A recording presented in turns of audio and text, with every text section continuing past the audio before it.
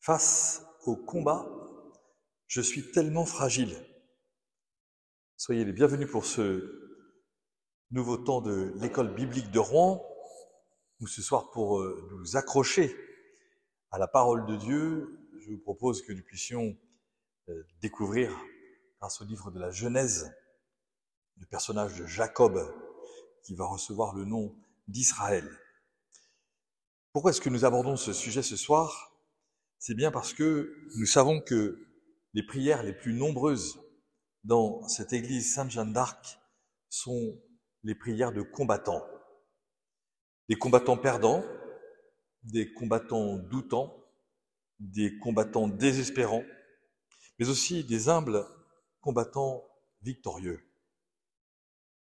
C'est ce que j'ai lu dans le décryptage de toutes ces prières qui sont laissées ici au long de l'année, en découvrant que les gens demandent à Jeanne d'Arc, à Sainte Jeanne d'Arc, des forces de combattants. Il y a d'ailleurs une des statues de Jeanne avec le casque, où Jeanne est général en chef des armées de France. Or, ce que je vois aussi, c'est que la supplication dans cette église n'est pas celle de supprimer les combats, mais d'apprendre à les mener et de laisser Dieu gagner, même au risque d'une blessure qui ramène l'homme à sa condition d'homme et non pas de Dieu. C'est tout l'enjeu du combat. Face au combat, je suis tellement faible. Essayons de comprendre ce qui se passe dans ces combats. Et pourquoi cette faiblesse nous habite tant, et pourquoi avons-nous toujours l'impression que quand on nous attaque, on aurait dû avoir besoin de temps pour réfléchir et mieux répondre et répondre autrement. Et voici qu'on nous demande maintenant d'être de plus en plus rapide dans les réponses par rapport au combat. On a l'impression que seuls vont gagner ceux qui ont le verbe haut et rapide et qui vont pouvoir ainsi s'en sortir rapidement. Non. Essayons d'aller bien plus profondément que tout cela. La mission du Christ est celle du grain de sable dans l'humanité. Le Christ est envoyé par le Père pour dire au monde que le combat est la réalité quotidienne de notre existence. Vie et mort du Christ sont un combat permanent pour lui-même, pour sa mère, pour ses amis, pour ses disciples, pour ses apôtres. Et 2000 ans plus tard, chacun d'entre nous, celui qui regarde le Christ, celui qui veut suivre le Christ, découvre l'anti-combattant, le pacifiste sur le ring, le perdant apparent, le loser absolu, comme pourraient dire certainement des jeunes. Eh bien, tout cela est vrai. Parler du Christ comme d'un perdant, comme d'un loser, c'est avoir un discours théologique sur le Christ. C'est lui reconnaître sa vertu la plus haute. Jamais sur notre curriculum vitae, nous ne mettrons en première qualité perdant. Eh bien, si le Christ avait un curriculum vitae, il n'aurait qu'un seul mot, c'est perdant. Il perd tout. La seule carrière du Christ, c'est de perdre. La seule réalité professionnelle de Jésus est un échec complet. Le chef d'entreprise qui embauche 12 cadres permanents, dont plus aucun ne sera là la veille du dépôt de bilan, dont un qui se suicide, l'autre, le chef général, qui le renie, et les 10 restants qui fuient, retournent rapidement dans une vie d'avant, c'est exactement la réalité professionnelle de Jésus. Et du coup, réalité relationnelle de Jésus. Qui sont ces gens avec qui Jésus a décidé de manifester la venue du Messie sur la terre, La catégorie, c'est une catégorie perdante. Et donc, lorsque l'on parle de Jésus comme d'un perdant, c'est lui reconnaître sa vertu la plus haute. La force du Christ, c'est sa faiblesse. Le poids plume contre le XXL. L'homme de Nazareth, dont on dit de lui, que peut-il sortir de bon de Nazareth? L'homme de Nazareth contre l'empereur de Rome. L'exilé en Égypte à sa naissance contre le roi sanguinaire. Le Messie qui pleure devant la tombe de son ami. L'accusé qui ne répond rien à celui qui peut le sauver. Bref, Jésus révèle une technique de combat qui ne correspond à aucune autre. Peut-être parce qu'en fait, le combat du Christ n'est pas au même niveau que celui des autres combats. Et je le crois, le combat du Christ est hors écran. Il est en dessous des radars. Le combat du Christ est notre intérieur le plus invisible. Le combat du Christ est notre propre combat, est le combat le plus caché, le handicap non révélable, la faiblesse d'une histoire troublée. Et lorsque nous avons l'impression de perdre nos combats parce que nous sommes attaqués, à chaque fois en vérité, reconnaissons-le, si nous sommes blessés dans ces combats, c'est bien parce qu'il y a un élément invisible de notre vie qui a été touché. Comme la hanche de Jacob. Personne ne voit nos hanches, et quand on a mal à la hanche, tout le monde voit qu'on boite. La nouveauté, cependant, avec le Christ, c'est qu'il vient nous visiter dans ces lieux cachés, depuis ces combats perdus, cette faiblesse troublante. Et le Christ ne vient nous chercher que en dessous des radars, là où précisément il n'y a plus aucun signal de vie, d'espérance, là où précisément nous sommes absolument certains que personne ne viendra jamais nous visiter. Parce que, en fait, en dessous des radars, c'est comprendre que le livre de la Genèse, d'où est tirée cette histoire de Jacob, c'est l'histoire en dessous des radars. Depuis le livre des origines, depuis le livre de la Genèse, le combat est caché. Regardez, comment est-ce que nous découvrons qu'il y a eu le péché originel? C'est parce que Dieu est parti se promener et que le serpent qui était caché est venu en douce voir Adam et Ève, leur a fait croquer la pomme, et qu'est-ce qui se passe-t-il derrière? Adam et Ève se cachent parce qu'ils ont honte. Et Dieu revient, et Dieu dit à Adam et Ève, « Adam, où es-tu » Le serpent est donc venu troubler le cœur de l'homme en lui mentant. Après le péché, l'homme s'est donc caché et Dieu l'a cherché. Voici Dieu à la recherche de sa créature. Il faudra attendre le Christ pour voir à quel point le seul projet de Dieu est de sauver l'homme au cœur de son combat. Au cœur de son combat. L'homme, Adam, a péché en prenant le fruit de l'arbre. Puis, il s'est caché, honteux. Mais le Christ, qu'est-ce qu'il fait? Regardez, ce vitrail absolument extraordinaire du Christ, ici, là, dans la 3e verrière.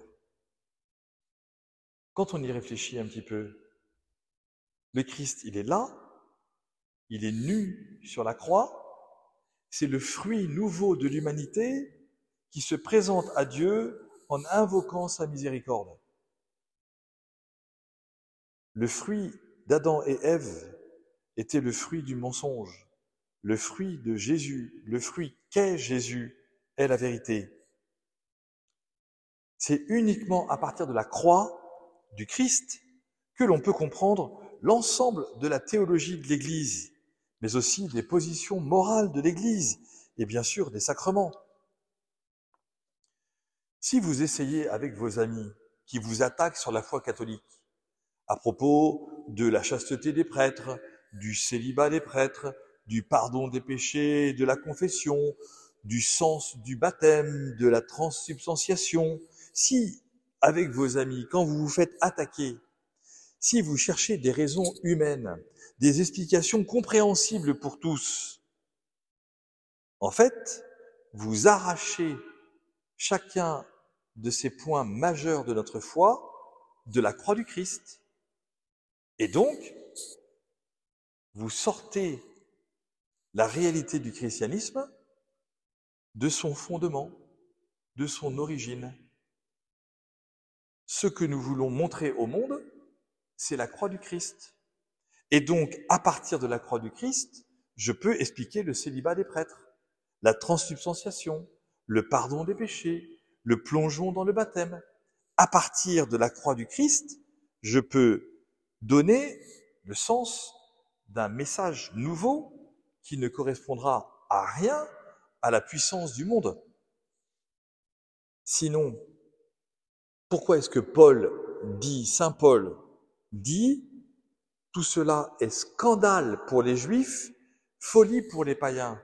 Si dans nos échanges avec ceux qui nous attaquent, notre réponse ne les scandalise pas parce qu'ils sont d'origine juive, ou ne nous fait pas être traités de fous parce que nous sommes des païens, c'est que notre réponse est une réponse mondaine, qui va essayer de faire de la gentillesse d'un petit gentil Jésus qui ne montrera pas le combat du Christ pour nous. Le même Saint Paul, après avoir dit que la croix du Christ est scandale pour les Juifs, folie pour les païens, le même Saint Paul, un peu plus loin, continue dans la lettre aux Corinthiens.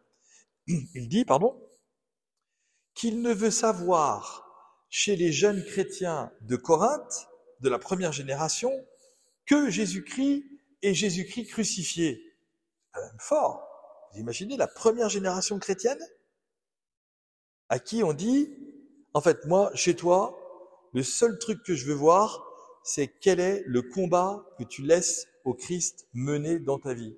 Je ne veux savoir que Jésus-Christ et Jésus-Christ crucifié.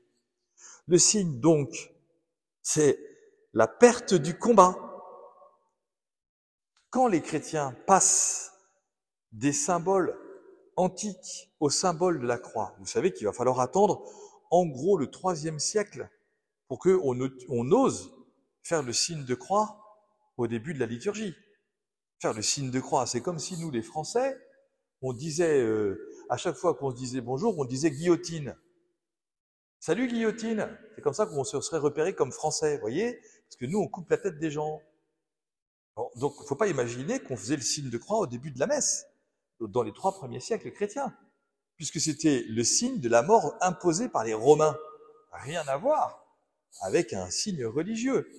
Donc, il a fallu passer des poissons, qui était l'anagramme Ictus Jésus Christ, fils du Dieu vivant, en grec, Jesus Christos Theos ou Ius Soter, à l'encre, où on disait, tiens, je vais m'accrocher à Jésus, grand symbole chrétien, qu'on retrouve partout dans les catacombes. On n'a pas très peu de croix dans les catacombes, à Rome, etc. On a des symboles qui ne sont pas du tout les symboles romains de la mise à mort. Donc quand les chrétiens vont commencer à utiliser la croix, c'est parce qu'ils ont compris qu'ils vont arrêter de montrer aux gens qu'ils s'accrochent et qu'ils vont décider de dire « Ok, nous sommes les losers des losers, les perdants du perdant. Si je suis chrétien, c'est parce que je suis perdant. Et peut-être même parce que je suis perdu. » Et regardez comment les gens nous voient aujourd'hui dans le monde. Ils nous voient comme des êtres arrogants qui ont réponse à tout, pour tout, tout le temps. Eh bien, c'est pas le christianisme. Notre foi chrétienne est une foi en dessous des radars. Et moi, je suis d'accord pour qu'on dise que la France est la fille aînée de l'Église, à la condition que les chrétiens de France servent les pauvres en dessous des radars. On n'est pas fille aînée de l'Église pour que le président soit catholique ou que la politique menée soit une politique favorable à la foi catholique. Cela ne nous intéresse pas. Ça n'est pas la raison pour laquelle nous sommes chrétiens. Nous sommes chrétiens parce que nous avons été touchés dans la perte de nos combats par le Christ Jésus. Le signe est donc la perte du combat. Depuis 2000 ans, le combat est là. Et on voit bien que c'est extrêmement difficile. Notre-Dame de Paris brûle et on dit c'est la fin de l'Église. Mais voici que, étonnamment, la foi est ravigorée. On n'a jamais autant parlé de l'Église par la reconstruction d'une cathédrale. Qui, en 2024, en France, aurait pu imaginer, ou en 2020, au moment où Paris brûle, où Notre-Dame brûle, que ce serait l'événement attendu du monde, plus grand encore que les Jeux Olympiques, en disant, tout le monde sait en France que le 8 décembre 2024, on pourra recélébrer une messe dans Notre-Dame de Paris. Tout le monde le sait. Parce que le 8 décembre 2023, l'archevêque de Paris a béni le coq, et que quand on bénit le coq au sommet d'une église, c'est qu'on va bientôt pouvoir célébrer la messe. Eh bien, qu'est-ce qu'il dit le coq? C'est pas une girouette le coq. Le coq, c'est le coq du reniement de Pierre. Donc quand je rentre dans une église avec un coq, c'est que je sais que je suis un perdant qui vient chercher la miséricorde de Dieu. Le signe du coq, c'est le signe du perdant. Non, je ne le connais pas. Donc je rentre dans l'église pour être connu par le Christ. Donc, on prédit la fin du christianisme en France et nous baptisons des adultes en très grand nombre qui bouleversent nos vies chrétiennes. Depuis 2000 ans, le combat des chrétiens est donc perdu parce qu'il est passé sous les radars. Et à chaque fois qu'on passe au-dessus des radars, à chaque fois, l'Église se fait avoir. À chaque fois, les chrétiens qui passent au-dessus des radars, finalement, réalisent que c'était un plan diabolique pour qu'on puisse parler en bien de l'Église. On n'a pas de raison de parler en bien de l'Église, puisque l'Église devrait s'occuper des scandales et des folies du monde pour rejoindre ceux qui sont scandaleusement outragés et ceux qui sont follement exclus. Telle est la vie du chrétien. La mission de l'Église est l'accompagnement dans ces niches de l'humanité. Nous allons à la recherche de ce qui est caché et de ceux qui sont cachés. Nos accompagnements sont les accompagnements des combats perdus, des nuits de larmes, des peurs éternelles, des tentations répétées, des addictions tristes et lasses, des grandes interrogations fondamentales. C'est cela, être sous les radars. Impossible à quantifier, impossible à qualifier, donc facile à moquer, facile à critiquer, facile à humilier, facile aussi à chuter, à ne pas comprendre, à décevoir. Parce que sous les radars, ce n'est pas faire de la politique visible, mais passer les torrents de la mort. Revenons pour cela à notre texte de Jacob dans le livre de la Genèse. Regardez votre texte. Dès le premier mot, le sens du combat est là. On est de nuit. Jacob cherche donc la lumière pour lui, mais aussi pour sa famille.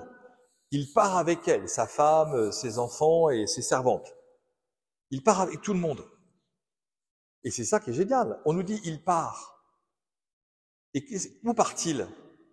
Il va traverser le gué du torrent. Il passe. Immédiatement, passe en hébreu, c'est passage, c'est Pâques. On est de nuit et c'est la Pâques. Et quand le combat va-t-il s'arrêter? Quand il sera à la lumière, à l'aurore du jour nouveau. Ce qui signifie qu'à l'intérieur de cette vocation de Jacob, qu'est-ce qu'on nous présente? Que chaque départ est une vocation, même un départ de nuit. Même si je ne comprends pas, je pars de nuit. C'est comme un appel. Et donc, cela veut dire que je cherche quelque chose de nouveau. Je veux atteindre une lueur nouvelle. C'est ce que dit Jacob. Je veux atteindre l'aurore. Il ne sait pas ce qu'il cherche, mais il veut traverser le torrent. Combien de fois dans la Bible on trouve le torrent de mort? Jacob cherche la vie. Abraham a déjà vécu cela. Il a quitté son pays. Et ici, dans le livre de la Genèse, on est au tout début, c'est le premier livre de la Bible. On est au tout début de l'histoire biblique. Donc, je comprends que Dieu dit dans la Bible que le combat, c'est l'acceptation de quitter des certitudes. Et donc, quand je me découvre en position de fragilité dans un combat avec mes amis, avec moi-même, la seule question que je dois me poser, c'est quelle certitude a été ébranlée? Et je dois travailler sur cette certitude. Je dois travailler en disant, c'est donc là que je devais travailler. C'est donc là qu'il y a un guet à passer au milieu du torrent. C'est là ma fragilité. Parce que au-dessus de ce torrent de la mort, il y a un tout petit passage. Et je le connais. Et je le connais. Parce que personne ne passe un torrent de nuit s'il ne l'a pas déjà passé de jour. Donc, notre ami Jacob, dans les premiers kilomètres du départ de sa maison, il connaît les petits chemins. Il connaît la nuit. Même dans la nuit, il connaît les chemins de chez lui. Et il sait qu'il va arriver là, au torrent. Et il passe. Sauf que, incroyable, qu'est-ce qu'on nous dit? Qu'il reste seul. Jacob reste seul. Hop! Disparition de la famille, des servantes et des amis.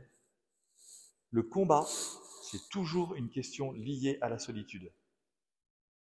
Et souvent, nous avons l'erreur spirituelle de dire il faut que je m'associe plein de gens pour qu'on soit plus fort. Non, non, non, non. Ça, c'est l'illusion. Ça, c'est l'illusion. Jésus dit, quand tu veux prier Dieu, tu rentres dans ta chambre, tu es tout seul, tu fermes la porte, et là, Dieu voit ce qu'il y a dans le secret de ton cœur. C'est pas en faisant les JMJ qu'on se convertit. C'est dans les 2 minutes d'adoration eucharistique dans une église, seule, au milieu des JMJ, avec 3 millions de personnes. Ça, d'accord. Si vous dites que vous vous êtes converti par l'effet de foule, la première fois que vous aurez un torrent à passer, vous serez emporté par le torrent. Avec les autres, on s'appuie. Donc, Dieu nous aide, vous le voyez, avec ses premiers repères. Jacob, dans sa nuit, connaît tous les repères de la nuit autour de sa maison, même les repères dangereux. Mais au milieu de ces repères dangereux, il y a un petit passage. Et voici qu'ensuite, il perd tout pour découvrir. Il va tâtonner. Il reste seul, et donc, il va entrer dans une angoisse nouvelle, angoisse inattendue, parce qu'il ne connaît pas la fin de l'angoisse. Parce qu'il peut tomber dans la nuit, dans un trou qu'il ne connaît pas, et être dans une caverne, et donc dans une nuit qui n'aura pas de fin. C'est la vie. Il accepte déjà que tout le monde ne comprenne pas, puisque peut-être que sa femme et ses enfants l'ont quitté. Hein. Papa, t'es fou. Papa, ce que tu fais, c'est un scandale. Je m'en vais, je ne peux pas te suivre. Ouais, rentrez chez vous. Peut-être. Et donc tout le monde ne comprend pas exactement ce que tu vis. Peut-être même pas ta femme, tes enfants, tes servants, tes amis. Tu es avec Dieu seul. Et c'est là que c'est extraordinaire. Parce que voici la vraie lutte. La nuit et le torrent étaient connus. Mais pas cette bagarre dans la poussière. Parce qu'on nous dit, pour expliquer ce combat, qu'il se roule dans la poussière toute la nuit. C'est ça que veut dire le texte. Je cherche la citation exacte.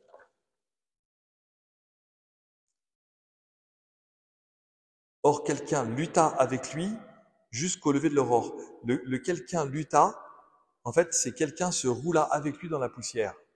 Extraordinaire, non? Tu es poussière et tu redeviendras poussière. Jacob est sorti pour gagner, il va perdre. Il va mordre la poussière. La lutte de Jacob, c'est d'accepter de mordre la poussière. C'est toujours la question de l'orgueil. Quand je perds mes combats, c'est parce que j'ai été orgueilleux. Le Christ gagne ses combats avec aucun orgueil, parce qu'il perd tout. Cette bagarre dans la poussière permet à Jacob de comprendre qu'en fait, il est devenu sec. Et quand je perds des combats, c'est parce que je n'ai plus rien qui m'irrigue. Je ne me suis pas laissé irriguer par le Seigneur. Vous souvenez-vous du torrent? Le torrent aurait pu lui donner la mort. Il le passe encore, il gère son petit passage, il connaît. Mais il ne s'est pas laissé irriguer par le Seigneur. Et voici la condition de l'homme, tu es poussière et tu redeviendras poussière. Le premier homme, Adam, était blessé sur le côté, Jacob est blessé à la hanche. Il y a cette blessure, elle restera désormais jusqu'à la fin. Et on parlera tout le temps de Jacob avec sa hanche. Voici que tout départ de sa maison entraîne un combat et souvent des blessures. Quand je reconnais que j'ai une vocation, je marche moins vite. Parce que j'ai l'expérience de ce combat qui passe par la douleur. Mais comme la Bible n'est pas maso, ne me faites pas dire ce que je n'ai pas dit. Qu'est-ce qui se passe quand Jacob arrive à l'aurore? Pour mettre fin au combat, il demande une bénédiction à l'aurore. Extraordinaire. Lâche-moi, car l'aurore s'est levée, je ne te lâcherai que si tu me bénis. Voici le temps nouveau. Jacob a combattu, c'est l'aurore, la nuit est finie, et donc il passe des éléments naturels, la nuit et le torrent, aux éléments surnaturels, la bénédiction et l'élection. Et c'est là que commence le vrai combat de Jacob, parce que c'est là qu'il va recevoir un nouveau nom. Le nom qui est que Dieu lui dit, tu t'appelais Jacob, tu t'appelleras Israël. Dieu lutte. Ah ah. En fait, je pensais que le combat était fini, il ne fait que commencer. La première nuit de sortie de chez moi, c'était un pas énorme à faire, je me retrouve tout seul, et Dieu me dit, désormais, ta nature même sera la nature d'un combattant, parce que tu as combattu avec Dieu. Et c'est là que Jacob va gagner. Si vous pensez gagner avec des éléments naturels, vous allez perdre. Vous ne passerez jamais les choses de la terre. Ce sera la mondanité, la politique, la corruption, les accords étranges, les petites magouilles ou les grosses magouilles.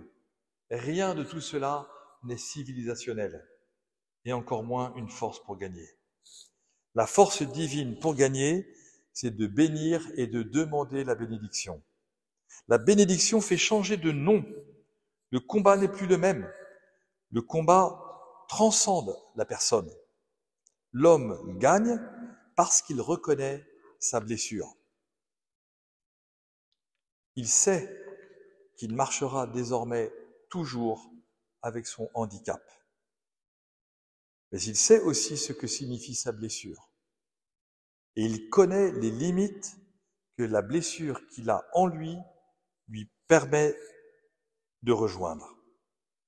Il sait désormais, même s'il est le patriarche Jacob, que sa hanche ne lui fera pas gagner le 100 mètres des Jeux Olympiques, mais peut-être le marathon paralympique.